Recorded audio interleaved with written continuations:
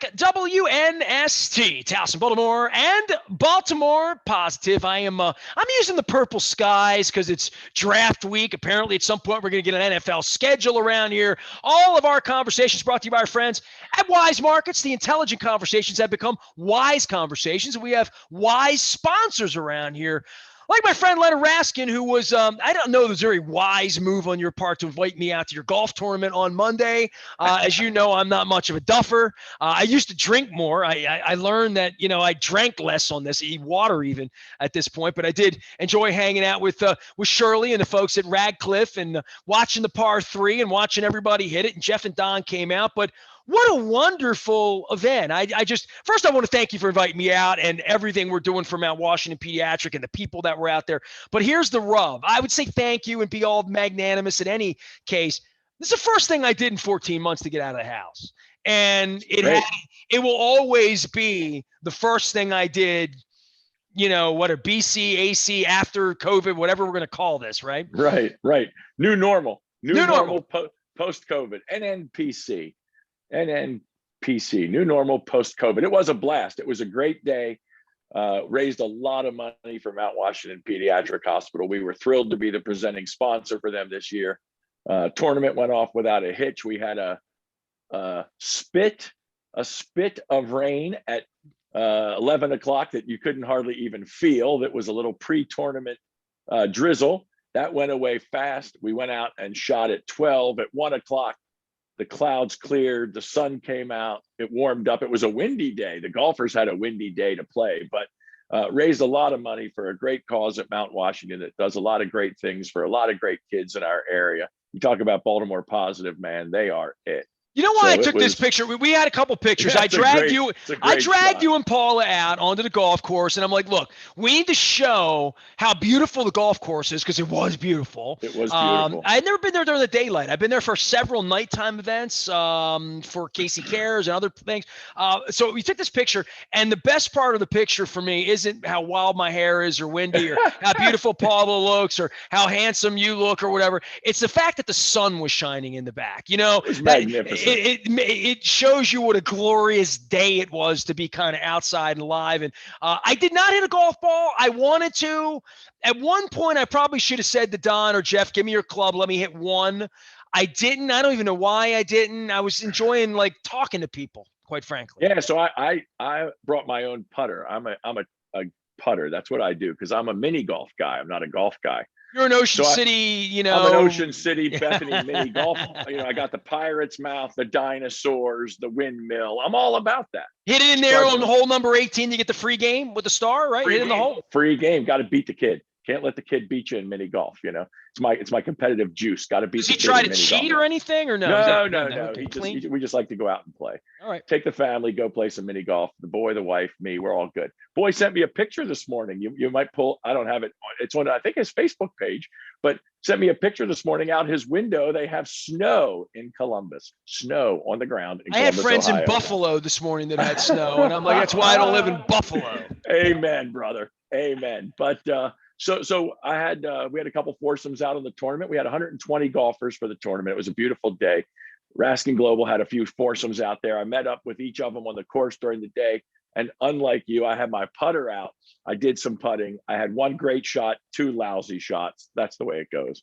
But like you said, it was a beautiful day. First event, big event I've been to since COVID started. I've been to some restaurants. I've been to some, we flew out to Columbus, but this was the first.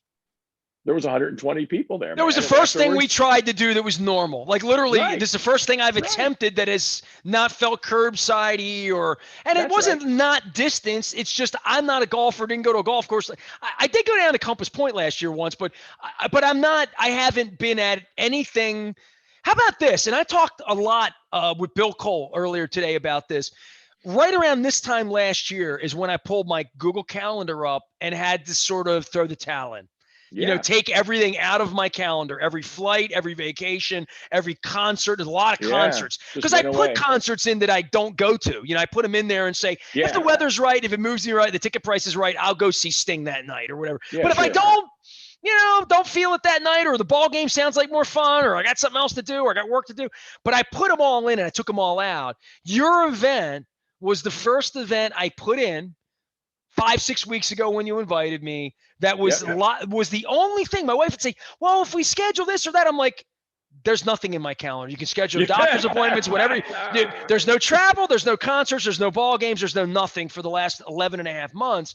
This was the first time I put something in, and that sort of meant something to me. And I think that would mean something to everybody if you had that experience, right? It was great. It was great. I think for a lot of people that played, I heard from a lot of the golfers, this was great. This was our first time out in 6 months. This is our first time on a course this year. I haven't been out with people. There was a post dinner, as you know, after the tournament, and people were spaced. But again, sitting with other people where you could look around the room. It was outside. It was magnificent, and see other people breathing freely, eating, drinking. It was a nice experience. It was and great people. I mean, I met some awesome people, and the weird part was this, and I explained this earlier. Bill and I got into this about it because he hasn't been to. He's an accelerant guy, hasn't been to any of those kind of events in a long time. And I said, here's the thing that weirded me out. I got there early, and the Ravens had their Liars Luncheon on Monday, and I had to sort of disappear at 10:59 to go ask a question that never got answered. And I came back down the hill with my mask on, and there were a lot of people. When I left, there were 20 people. I knew 4 or 5 of you. I knew Jessica from looking at her eyes. Literally, I'm like, and that's weird when you know somebody from their eyes. You've known them 25 years. Like you, I know from your body style and who you are. Paula, I knew because I've known her a long time. But people that may know me from the radio, or people that I maybe might recognize but don't really know them in one way or another. Without a mask, nobody recognized me, right? I mean, with a mask, because my hair and I don't look the same. Sunglasses, the whole deal, right? So nobody recognized me, and I know a bunch of these men. I saw their names, right? Mainly men. There were a few ladies, great too, right? So I saw golf cart names and stuff, and when I walked down with my mask on, it was really weird, Len. Like, it was like this. I know these people, and I know some of them would yell, "Hey, Nestor, hey, Nasty, how's your wife?" All of that stuff. And no one said anything to me, and I didn't say anything. And I'm like, this is weird, because I know I would recognize some of these people. I didn't even recognize Moeller. The Moellers were talking to you, and I didn't know it was them. They had masks on, a Maryland hat. I'm like, oh, look, Leonard's making friends down there. Isn't that nice? And then I realized it was them. You got the mask, a baseball cap, and sunglasses. You're anonymous, man. You look like you're going to rob a bank with Art Carney and George Burns in a 70s movie. All go rob banks. Absolutely. What a strange life this is. Think about it, man. You walk into a bank with a hat, glasses, and a mask. So I get down with you. You and Paula ditch me. I mean, you really did ditch me, right? Admit that. We did. You ditched me. We did. Right? She literally ditched me. She said, we got to go. He'll walk around. He'll find people. So I walked down to the Radcliffe hole. I asked where Don and Jeff were, because I was going to walk a couple holes with them. And I got down, and the way the course is designed is if they went one way, they're going to come back. And I'm like, well, this is great. I found a hole where 2 people would be arriving at the same time. Two groups. Yep. 12 and 14. So I'm getting 8 people at a time at that hole going in 2 different directions. And if the first people I liked, or they liked me, they'd be coming back in a half an hour. Right. So I found the perfect spot. Shirley had a chair. I didn't even use it. And she was lovely, and Radcliffe Jewelers, and we know a lot of the same people, and hello to Todd and everybody out there. So with my mask off now at the hole, everybody's coming by. Hey, Nestor, how's your wife? What's going on? How's the station? I heard about Baltimore Positive. Hey, I hear Trump's this. I hear Biden's that. Where's Don Moeller? So I had all of this, right? And it was like a full experience for me. And I think you saw I was pretty energized before and after. I'm like, man, I had a great day. I saw people all day. There were interesting people. Some of them knew me. Some of them didn't know me. Some of them liked sports. Some of them liked politics. Some of them liked talk business. And it was like a really rich, full, the food was great. So I just want to say, like, to everybody, get out and do something soon and engage with people again, because even people that didn't vote the same way I did, they're awesome too. How about that? It's beautiful. Look, we are social creatures, man. We always talk about something financial. So we're talking about Washington. Let me give you some financial. I have a woman I was talking to yesterday on the line. And we're doing a Zoom client. She's been a client of mine for about 10 years. And 10 years ago, she said to me, 62. I'm retiring at 62. She was 53, so it's been 9 years. She said, at 62, I'm retiring. That's it. I'm done. And I said, great, we're going to get you there. So my job is to financially get you there. That's what I'm about. But you know what the world's about? The world's about, there's a lot of people that retire with plenty of money and die right after, soon after. And you know why? Because the social part of work is huge. It's who you are. It's the friends you have at the company. It's the people you talk to at lunch. You know, we do an exercise with people where we ask them to do a picture graph, we call it. We put a circle in the middle of a page, put your name in it. Then we ask you to draw some spokes off of that circle. And we ask you in each of those spokes to put the name of somebody that you spend at least a half an hour or an hour with every week in your life, not including immediate family. So people put down all these names. And then we make you put an X through the ones that have to do with your work. Who's left? And you know what, man? A lot of people have like under 3 or 4 people left. And what it tells you is you don't have a big social sphere outside of work. And when you retire, if you have 2 people in your life and they're busy, life becomes really ugly. You better have like your dog or get a cat. Yeah, right. You gotta have a sphere of people. And one of the things that this coronavirus, this COVID has taught us, you know, people are depressed. Like you just said, man, get out, see people, hug somebody, get to see people, man. Go to church, go to synagogue, go to the mosque, do whatever it is, because we are social creatures. And if we don't have those interactions with those other human beings, man, life is just a daily grind existence. And that's where people are getting depressed and burnt out and miserable and sad. And, you know, the sun's Take 2 shining, guys like you and me. We don't even like golf. You and I would never go golf together. No, we spent a day on a golf course. It was I think I had a little sunburn. I probably should have brought a little 15 out there, you know. And it was sort of like I called my wife when I left. I'm like, it's a golf event. I'll probably be home by 3:00. You know what I mean? Just sort of like I do a couple of hours, because that's the way I'm with golf. Golf's a long day, right? It is a long day. It really is about who you spend it with. And, you know, I got to spend it with Jeff Moeller and Don Moeller and 100 other people that were awesome and fun. And so people are so happy to be outside and doing it. Even the guys who weren't shooting well were having a great day. Hey, because I rode around. Well, a lot of those guys playing golf tournaments, they're good golfers and people that golf a lot. They were, and they have a little money and they've done it before and they've golfed in exotic places. Everybody was happy to be doing it right here, right now in 2021. And that sort of reminded me of, I think, what the Roaring 20s are going to be. You know, I think we're getting into this period where whatever that beer at Merriweather, whatever that time at the beach with your family that you didn't get to do last year, there's going to be a real happiness. I think people want to be happy right now. They're looking for it. I agree. They're looking to get out. They're looking for positive, man. You got the right word there. They are looking for Baltimore positive. They've had enough of locked in, locked down, negative campaign, COVID.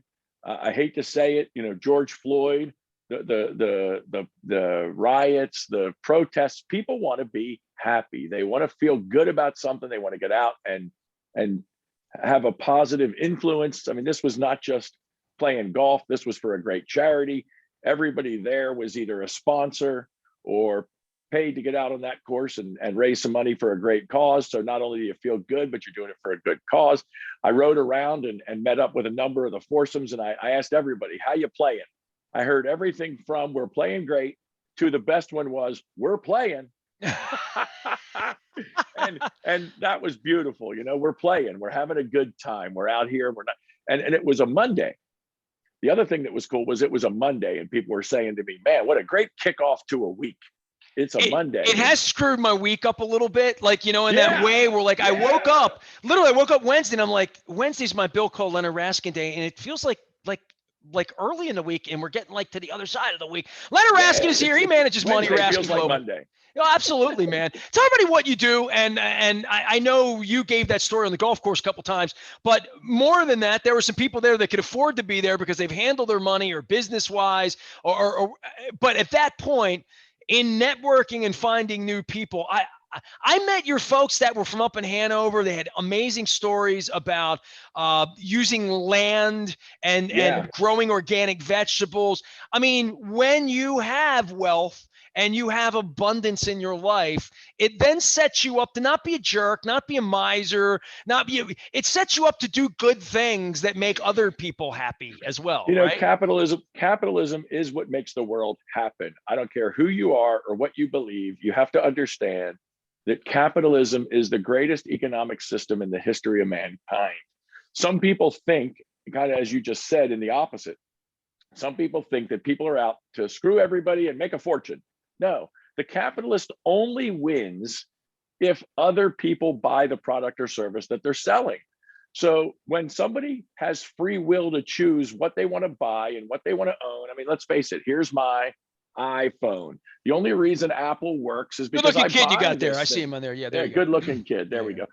If people don't want to buy it, Apple doesn't succeed. Now, when Apple makes a ton of money, they get to be philanthropists. They get to give to the community. They get to do great things. So I have a number of clients who have done really well. Their businesses have been successful, generations of family businesses, third, fourth generation, or new and up and coming companies.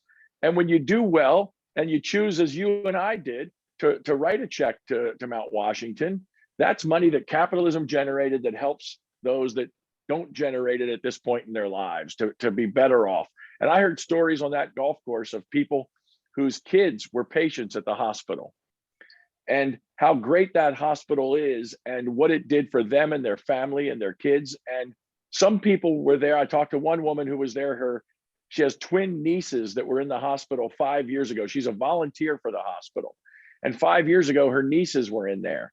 And they couldn't afford the hospital stay, but the hospital doesn't care. The hospital takes care of kids, make sure that they get the care they need, the hugging and loving that they need, and get home. And these kids are now 6 years old. They were there as preemies, and they're now 6 years old, doing great. This woman was so proud of the hospital and everything else. And those kids, their parents, they couldn't afford the hospital, but they did because Mount Washington took care of them. And so you said my client up in Hanover, yeah, he's in a situation where his business has done well. And now he's talking about using family land from the business. They're talking about potentially solar energy opportunities.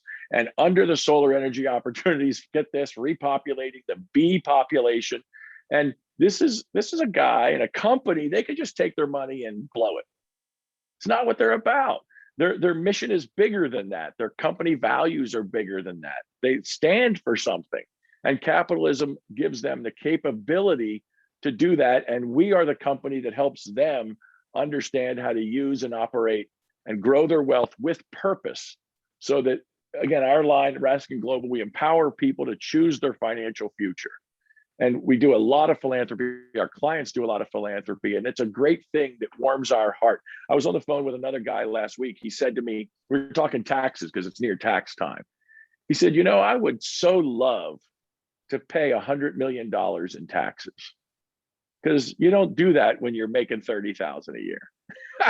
He said, I want to pay $100 million in taxes. That's my goal. I said, oh, that's a beautiful thing. He said, and I want to give $100 million to charity. I mean, how great is that? That's a goal. You know, you're helping the world and you're helping causes you care about. And you can only do that because you create value for other people. That's capitalism, that they choose to buy, not a government program, not a handout, not the government telling you what to buy, but right behind you, man, people bought those boats because they had the money to do so. And that meant boat manufacturers made money. And that meant boat employees made money. And that meant the guy that does the little rubber widget inside somewhere in that engine made money. And everybody gets $1 because of it. And everybody has a proud life because they work for a living. And some people look at that boat and say, oh, that guy probably screwed people to get there. I don't buy it. Capitalism's the greatest system in the world. Capitalists create everything. There would be no government because government doesn't make money. The government takes tax revenue to do things, and there would be no tax revenue if there wasn't capitalists. It's the greatest engine in the world, and we help people understand how to do it, what to do, how to retire, how to put your kids through school, how to give to charity, all the great things that you can do with money when you have a purpose and you care about what it is that you have it for, not just the sake of having it. Great day on Monday with Leonard Raskin, Paula Bragg, and the folks out of Mount Washington Pediatric Hospital. Leonard Raskin's our guest, RaskinGlobal.com. Last thing for you, who are the Ravens drafting? Let's go. I think a center. I think we're going for a center. Oh, really? Think? All right. Do you think they're blowing smoke on the Bradley Bozeman at center thing? I listen. It's all. I left your golf course to go hear 40 minutes of air of nothing. Right. I always learn who Ozzie and Eric like when they actually are on the clock and they pick. Look, they take the best possible. How the heck did we get? I mean, look, Lamar, man, they got him last pick of the first round. We got some great tight ends. They find people that other teams just aren't interested in. Of course, you got the Alabama connection. Ozzie's going for Alabama. But those guys, those studs are going to go in the top 10 or whatever. But somebody's going to fall and be right there waiting for him in the sweet spot. We're going to get great players. We always do.